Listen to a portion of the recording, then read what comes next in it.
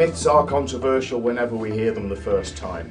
And for me, and for you, Alex, where's the relationship to the eyes and the golf ball that you and I have been brought up on, and where everybody else has been brought up on? We've got books, videos, DVDs, magazines every month. Where are the eyes supposed to be? Well, the one checkpoint that I was always familiar with is eyes over the ball. At address, the eyes should always be over the ball. So, and then we'd quickly test it, and I'm sure many of you done the same. You just take the ball across your eyes, drop it, and that's where you place the putter. And that was the go-to stock position that you need to be in. And you know, when you first told me that this is a myth and we shouldn't be doing that, I was floored. And you're probably thinking this isn't going to work for me, but explain why. Well, the simple thing for me is that if we putt with our eyes, then that's fine, but we don't. We putt with our hands and the putter. And so we need to be able to get the putter and the hands in a position where they're free and able to move. If we put our eyes over the golf ball, we're actually isolating our eyes as to this is what I need to hit and this is how I'm going to do it. Well, if it's in the wrong place, we're just going to move the putter around the body in order to do that. So we need to make sure that the eyes are in exactly the right position, or more importantly, the ball is in the right position relative to the body and the eyes and the putter.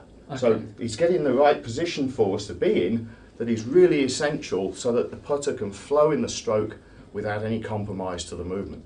So you're saying that with an alteration in the ball position, it's going to help our stroke. Would it also help our alignment and reading of the greens and things like that? It will change our perspective as to what we've always seen. So when we look at the golf ball with our eyes directly over the golf ball, we're in a position where we may see the line and we're not too sure whether the line is in the same place where we started, because we get a little bit skewed with our eyes, not too sure, gets a little bit confusion. When we stand a little further back, as we do with every other club, our hands and arms are hanging freely, we're standing just that little bit taller, and we're more able to make the stroke that's necessary to connect with the golf ball. But the eye position relative to the target line is much less important then, because we're in a more natural position to stand. Mm-hmm. And this myth, I mean, with some of your top players, it must have been a challenge for them to bring themselves back away from where they've been practicing and training for years, right? Absolutely, and I think, you know, the most significant of all the questions that get thrown here is, well, I've always done this. Well, you know, it wasn't all that long ago where we thought the world was flat. You know, and this is one of those concepts really, it's a little bit like we've changed the whole perspective, but it always was spherical. You know, it was always that big ball that we were standing on. So, you know, this is a difference, but we never used to do this back in the day when putters were 37, 38 inches long.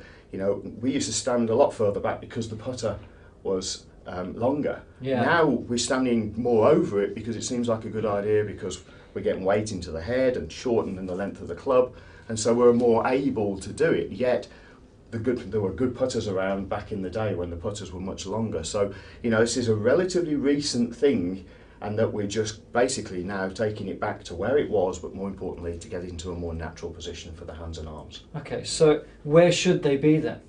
Well, for me, the most significant part of it is to get the arms into a position where they hang freely.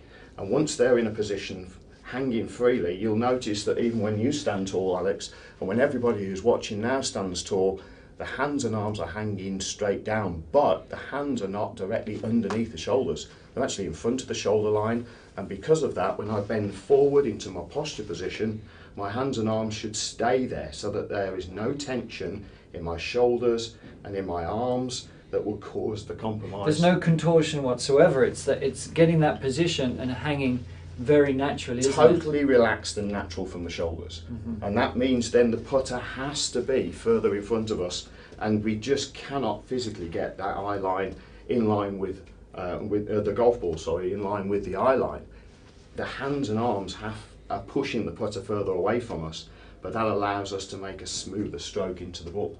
Okay. And that's where we're seeing the greatest of all the results. And in fact, if you look, guys, every single one of those great putters they're a little further away from the golf ball than you actually first thought. A player that sticks in my mind is Justin Leonard. Did he used to stand a little bit further back? I mean, it's in my memory a little bit, but he was an amazing putter, wasn't he? He was an amazing putter, and guys, you know, look at Luke Donald and, you know, great Zach Johnson. You know, these guys are not getting their eyes over the golf ball. They're much more inside that line. And I think we're a little bit more accepting of it these days, you know, amongst the better players. But it's still written in the books. It's still there. It's still niggling away at us. And that's why it's still a myth.